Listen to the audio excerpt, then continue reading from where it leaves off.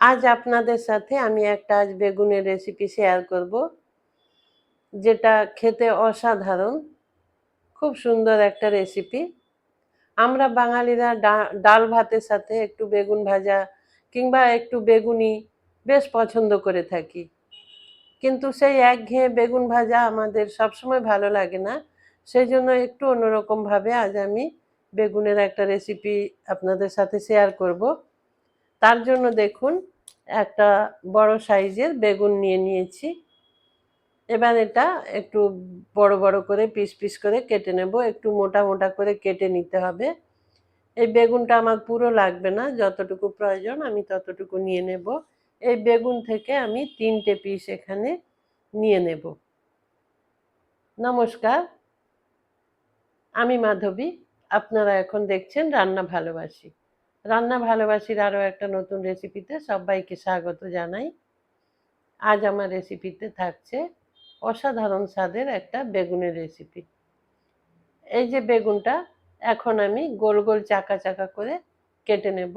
এখান থেকে আমি 3টে পিস নেব।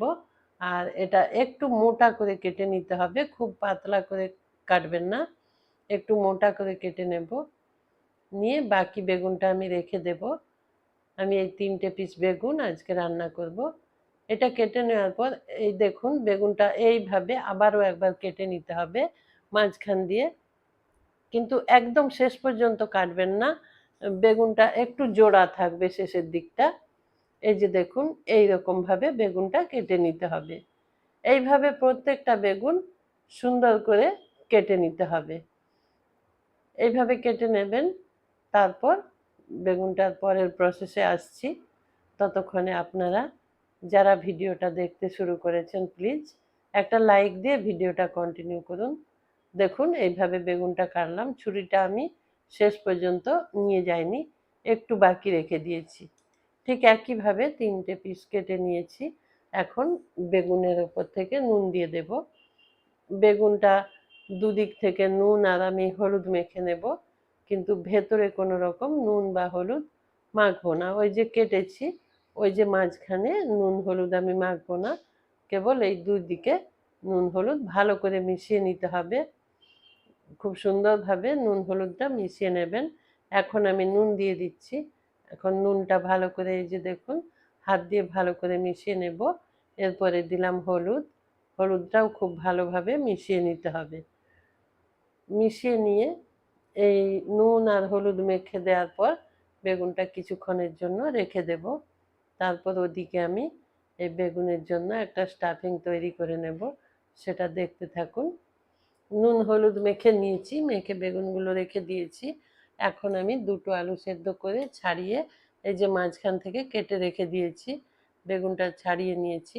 এটা আপনারা চাইলে ম্যাশারের সাহায্যে ম্যাশ করে নিতে পারেন, কিন্তু আমি এখানে আজকে একটা গ্রেটার নিয়েছি, গ্রেটারের সাহায্যে এভাবে গ্রেট করে নেব। আসলে গ্রেট করে নিলে হয় কি, আলুটা বেশ সুন্দরভাবে কোনো রকম এর মধ্যে গোটা অংশ থাকে না, বেশ সুন্দরভাবে ম্যাশ হয়ে যায়। সেই জন্য গ্রেড করে নিলেই সব থেকে ভালো। আর ম্যাশারে ম্যাশ করলেও হয়, কিন্তু ওতে একটু ছোট ছোট দানা দানা হয়তো থেকে যায়, সেই জন্য আমি এটা ম্যাশ করে নিলাম। হয়ে গেছে আমার আলু ম্যাশ করা। এখন উনুনে ফ্রাই প্যান বসিয়ে দিয়েছি। তারপর সর্ষের তেল দিয়ে দিচ্ছি। এই রেসিপিতে সর্ষের তেলটা ব্যবহার করবেন, তাহলে খুব মুখরোচক খেতে হবে। তারপর তেলটা ভালো করে গরম করে নেব। গরম করে নেওয়ার পর তেল গরম হয়ে গেলে কুচনো পেঁয়াজ দিয়ে দেব। এখানে পেঁয়াজটা একটু ছোট ছোট করে কেটে নেবেন। সেইভাবে ছোট ছোট করে কেটে নিয়েছি। নিয়ে পেঁয়াজ ভেজে নেব, কিন্তু খুব বেশি লাল করে পেঁয়াজটা ভাজবো না, হালকা করে পেঁয়াজটা ভেজে নিতে হবে। তারপর পেঁয়াজ ভাজার পর বাকি সব উপকরণগুলো দিয়ে দেব। এখন আমি পেঁয়াজটা ভেজে নেব।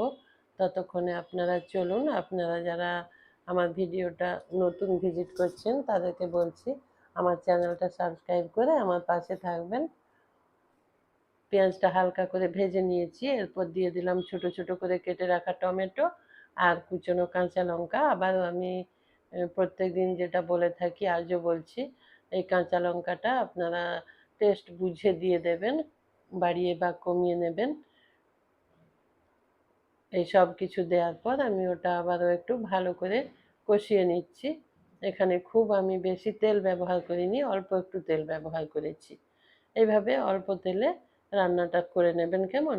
এখন সব কিছু ভেজে নেওয়ার পর একটু আদা বাটা দিলাম। এই যে আমি আদা বাটা দিলাম, এখানে যদি আপনারা মনে করেন যে গ্রেড করা বা কুচনো আদা ব্যবহার করবেন, তাহলে সেটাও করতে পারেন। আবার বাটা আদা দিলেও খারাপ হবে না, যে কোনোভাবে আদাটা ব্যবহার করতে পারেন এখানে। তারপর সব কিছু একসাথে মিশিয়ে আবারও একটু নাড়াচাড়া করে নিয়েছি। এখন এখানে অল্প পরিমাণে হলুদ দিয়ে দিতে হবে।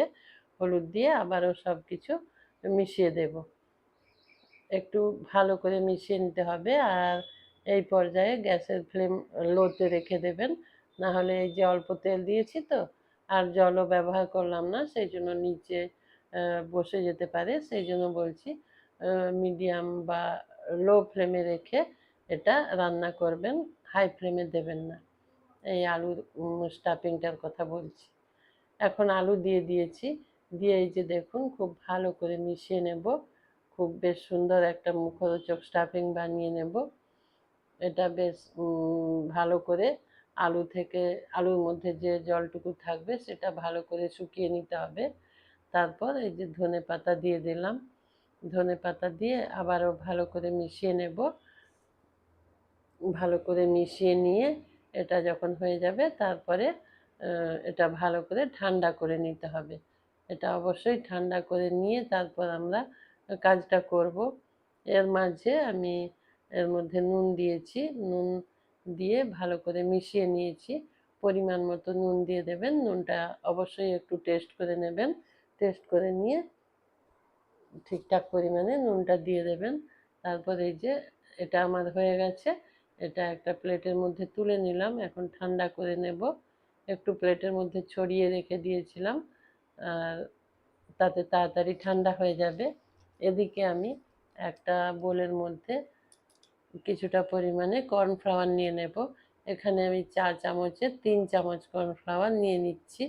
নেওয়ার পর ওটা শুধুমাত্র জল দিয়ে ওটা একটু গুলে নেব, একটু পাতলা করে, বেশি মোটা করব না, একটু পাতলা করে ওটা গুলে নিতে হবে।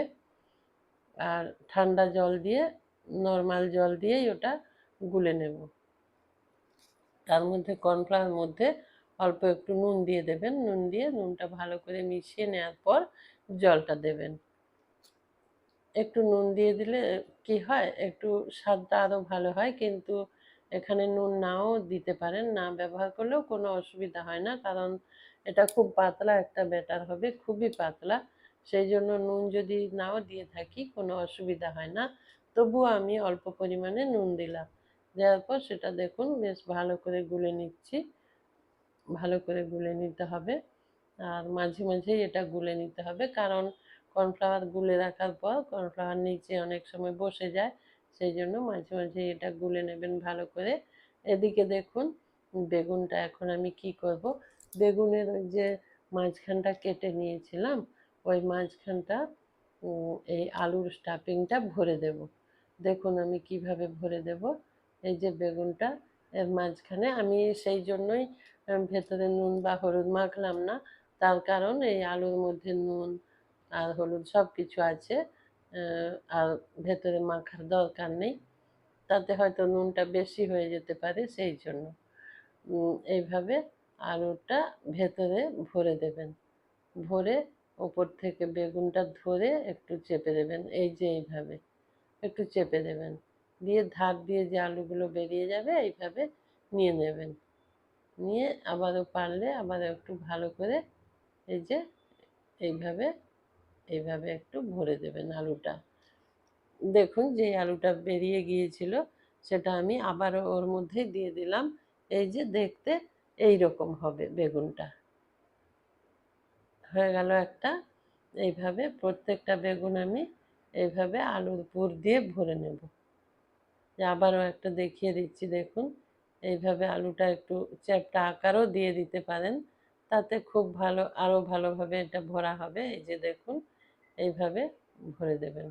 এই যে, এই যে ঠিক এইভাবে খুব স্বাদ হয় এই বেগুন ভাজা, খেতে খুব ভালো লাগবে। একবার এইভাবে আপনারা ট্রাই করবেন।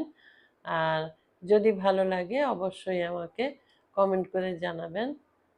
আর খুব ভালো লাগলে একটা লাইক, কমেন্ট আর বন্ধুদের সাথে শেয়ার করতে ভুলবেন না।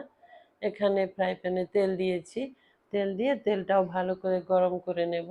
কিন্তু বেগুনটা আমি অবশ্যই ভেজে নেব লো টু মিডিয়াম ফ্লেমে, খুব বেশি হাই ফ্লেমে দেবেন না, তাহলে বাইরেটা পুড়ে যাবে। কিন্তু এটা খুব মোটা করে কাটা আছে বেগুনটা, ভেতরটা সেদ্ধ হবে না।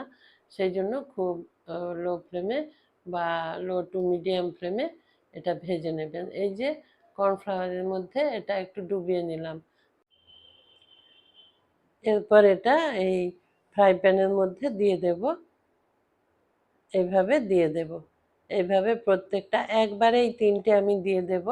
দিয়ে এগুলো লো ফ্লেম, যেটা বললাম লো টু মিডিয়াম ফ্লেমে ভেজে নেব।